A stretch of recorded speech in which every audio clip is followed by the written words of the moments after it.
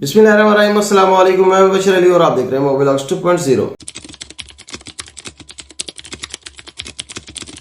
अगर आप religious worker हैं या कोई इमाम, कोई मौज़न या आलिम हैं, या आप किसी रिलीजियस ऑर्गेनाइजेशन में काम करते हैं, रिलीजियस स्कॉलर हैं, या इस तरह का कोई भी ऐसा काम करते हैं जो किसी रिलीजियस ऑर्गेनाइजेशन के लिए हो या रिलीजियस कैटेगरीज में आता हो, तो आप न्यूजीलैंड जा सकते हैं रिलीजियस वर्क वीजा लेकर। ये जो वीजा है न्यूजीलैंड का रिलीजियस वर्क वीजा, इसमें आपको जो इनिशियल स्टे मिलता है वो 2 साल का होता है और ये वीजा होता है एक्सटेंडेबल। आप इसको एक्सटेंड भी करवा सकते हैं, जितनी दफा आप चाहें इसको एक्सटेंड करवा सकते हैं, लेकिन आपको सिर्फ एक दफा एक्सटेंड करवाना पड़ेगा क्योंकि ये 2 साल का वीजा होता है और आप एक दफा जब इसको एक्सटेंड करवाएंगे तो आपका टोटल स्टे 4 साल हो जाएगा, लेकिन सिर्फ 3 साल वहां पर रहने के बाद आप एलिजिबल हो जाएंगे परमानेंट रेजिडेंस लेने के।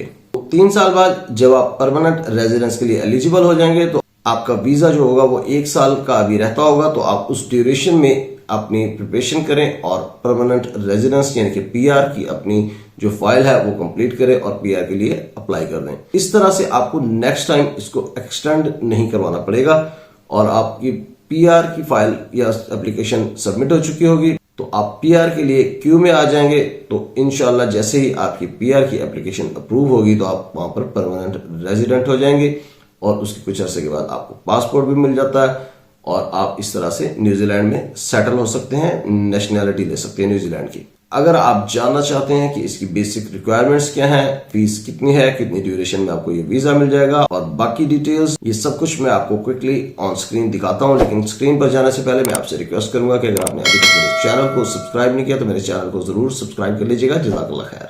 इस टाइम स्क्रीन पर जो आपको वेबसाइट नजर आ रही है वो है immigration.gov.nz, यानी कि गवर्नमेंट ऑफ न्यूजीलैंड की ऑफिशियल वेबसाइट है।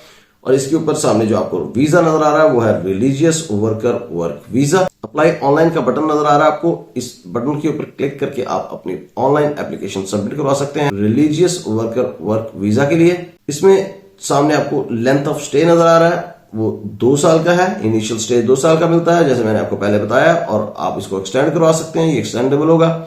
और फीस इसकी बहुत ही नॉमिनल से फीस है as compare to other visas of New Zealand.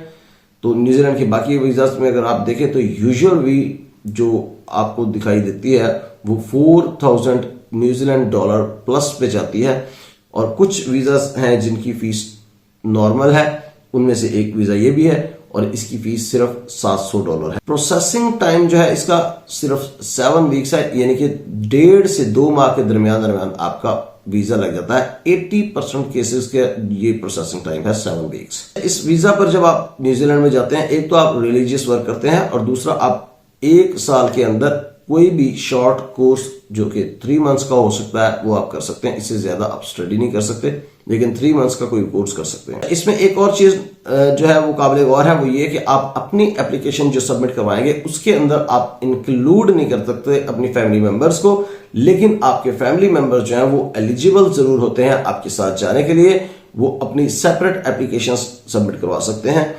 और एक इसके लिए रिक्वायरमेंट है और वो ये है कि अगर आपकी सैलरी जो है वो मिनिमम सैलरी थ्रेशोल्ड रखा गया है।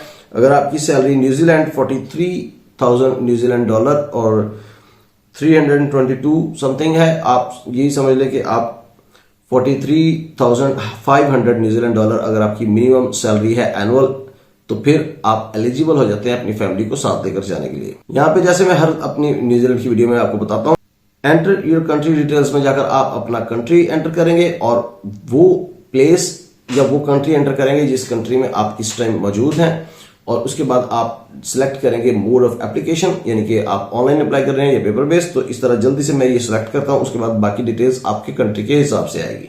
तो यहाँ पर आप कंट्री सिलेक्ट करें, उसके बाद लोकेशन सिलेक्ट करें, उसके बाद मेथड ऑफ सबमिशन यानी कि एप्लीकेशन सबमिशन अप्लाई ऑनलाइन को सिलेक्ट कर देते हैं हम, और उसके बाद डिस्प्ले के ऊपर क्लिक कर दें तो आपके कंट्री के हिसाब से आपकी इंफॉर्मेशन आ जाएगी रेलेवेंट। जो इंफॉर्मेशन नीचे है वो आपके साथ क्विकली मैं शेयर करता हूं क्योंकि ऑलमोस्ट सेम इंफॉर्मेशन होती है सारे न्यूजीलैंड के वीजास के अंदर।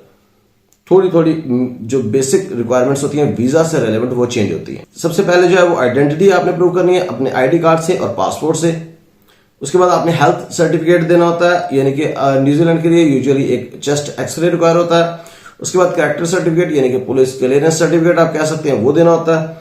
फिर जेन्युइन इंटेंशन, आपने ये बताना है कि हाँ जी मेरी जेन्युइन इंटेंशन है, जो भी काम आप करने के लिए जा रहे हैं वो उसकी जेन्युइन इंटेंशन आपकी, आप वही काम करेंगे। ये चीज इंपॉर्टेंट है, इसको देख लें। रिलीजियस ट्रेनिंग एंड एक्सपीरियंस, ये रेलेवेंट है इस वीजा से। यहाँ पर कुछ चीजें बता दी गई हैं, आपने एविडेंस से शो करवाना है कि आपके पास रिलीजियस ट्रेनिंग है, या फिर आपके पास एजुकेशन है, या फिर आपके पास एक्सपीरियंस है। तो यहाँ पर वो कह रहे हैं कि टेस्टिमोनियल्स हो सकते हैं, डॉक्यूमेंट्स हो सकते हैं जो आपका वो प्रूव करेंगे, और आपकी रेज्यूमे हो सकती है, सीवी, आपके एक्सपीरियंस सर्टिफिकेट्स हो सकते हैं, एक्सपीरियंस लेटर्स हो सकते हैं, आपने कोई क्वालिफिकेशन हासिल की हुई है रिलीजियस तो उसकी सर्टिफाइड कॉपीज हो सकती हैं। इन सारी चीजों से आप प्रूव करेंगे कि आपके पास एजुकेशन है या एक्सपीरियंस है, रिलीजियस नॉलेज है, तो ये सारी चीजें प्रूव करेंगे। उसके बाद है जी स्पॉन्सरशिप। तो स्पॉन्सरशिप क्या है जी, आपका जो एम्प्लॉयर होगा, आप जॉब ढूंढेंगे और आपको जब जॉब ऑफर हो जाएगी तो वही एम्प्लॉयर जो होगा वही आपका स्पॉन्सर होगा, और वही आपको एक स्पॉन्सरशिप लेटर देगा, और वही आपको जॉब ऑफर लेटर देगा जो आप अटैच करेंगे अपनी एप्लीकेशन के साथ। तो यहाँ पर स्पॉन्सर के बारे में थोड़ी सी इंफॉर्मेशन है, वो आप डिटेल से चेक कर लीजिएगा। रिलीजियस वर्क किस टाइप का हो सकता है, यहाँ पर कुछ पॉइंट्स बता दिए गए हैं। तो उन्होंने बताया कि रिलीजियस टीचिंग हो सकती है, और उसके अलावा जो है वो रिलीजियस जो सेरेमनीज हो सकती हैं, वर्शिप, प्रेयर्स, उसके अंदर आप असिस्ट कर सकते हैं, ये वो प्रेयर्स करवा सकते हैं। उसके बाद जो है वो स्पिरिचुअल गाइडेंस हो सकती है, और बाकी इस तरह की जो चीजें हैं जिसमें रिलीजियस वर्कर या रिलीजियस स्कॉलर जो होते हैं वो सारा अपना काम करते हैं, जैसे कि कुछ खुशी गमी में जाकर वो तकरीर करते हैं और लोगों को दीन की तबलीग करते हैं, और बाकी सारी चीजें जो रिलीजियस स्कॉलर कर सकता है या रिलीजियस वर्कर कर सकता है, वो सारी चीजें इसके अंदर आ जाती हैं। यहाँ पर बता दिया गया है कि सब्सिक्वेंट जो रिलीजियस वर्कर वर्क वीजा भी आप ले सकते हैं, यानी कि ये एक्सटेंडेबल है, आप एक्सटेंड भी करा सकते हैं। ये उसकी डिटेल्स है, ये आप तब आप चेक कर सकते हैं जब आपने दोबारा से इसको अप्लाई करना है, अभी आपको इसकी जरूरत नहीं है। अब आ जाते हैं प्रोसेस एंड कॉस्ट की तरफ। तो आपने ऑनलाइन अप्लाई करना है, फीस आपको मैं पहले बता चुका हूँ, $700 न्यूजीलैंड डॉलर है, और यहाँ पर उन्होंने बता दिया कि आप इसको ऑनलाइन अप्लाई कर दें, फीस इसकी सबमिट करवाएं, और साथ बाकी उसकी रिसीट वगैरह अटैच कर दें। ये है जी हमारा religious worker work visa New Zealand का। अगर आपको ये वीडियो पसंद आई है तो इसको लाइक कर दें। अगर आपने अभी तक मेरे चैनल को सब्सक्राइब नहीं किया तो मेरे चैनल को जरूर सब्सक्राइब कर दें। अगर आपको लगता है कि इस वीडियो को शेयर करने से किसी का भला हो सकता है तो इस वीडियो को सदका जारिया समझ के शेयर कर दें, आपको भी इसका स्वाब मिलता रहेगा। अपना बहुत सा ख्याल रखिएगा और मुझे जरूर अपनी दुआ में याद रखिएगा। बहुत जल्द इंशाल्लाह आपसे मुलाकात होगी एक नई वीडियो में किसी नई अपॉर्चुनिटी और अपडेट के साथ। तब तक के लिए इजाजत दीजिए। अल्लाह हाफिज।